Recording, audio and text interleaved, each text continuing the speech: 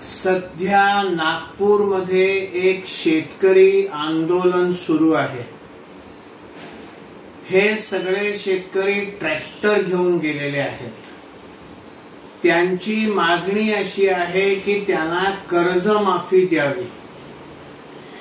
आता प्रश्न असा आहे की कर्जाच्या बोजानं त्रस्त झालेल्या शेतकऱ्याकडे ट्रॅक्टर कसे काय आले आणि मग या ट्रॅक्टर मध्ये भरण्यासाठी इंधन डिझेल हे भरण्यासाठी पैसे कुठून आले, कोणी दिलं, या मोर्चाचं कोणी फंडिंग करताय का?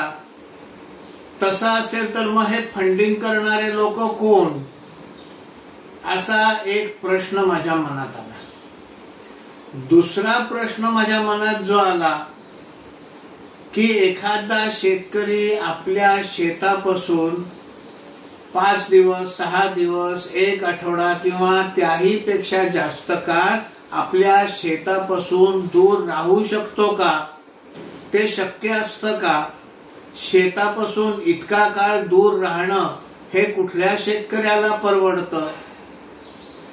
आता काही लोकांना माझा हा प्रश्न, दोन्ही प्रश्न हास्यास्पद वाटतील, काही लोकांना हे प्रश्न भोळे भाबडे वाटतील, किंवा काही लोकांना हे प्रश्न चिकित्सक मानसिकतेतनं केले असं वाटेल। पण मग माझ्या या हास्यास्पद म्हणा, भोळ्या भाबड्या म्हणा, चिकित्सक म्हणा प्रश्नांचं उत्तर जर का कोणाकडे असेल तर कृपया ते उत्तर सांगावं ही विनंती।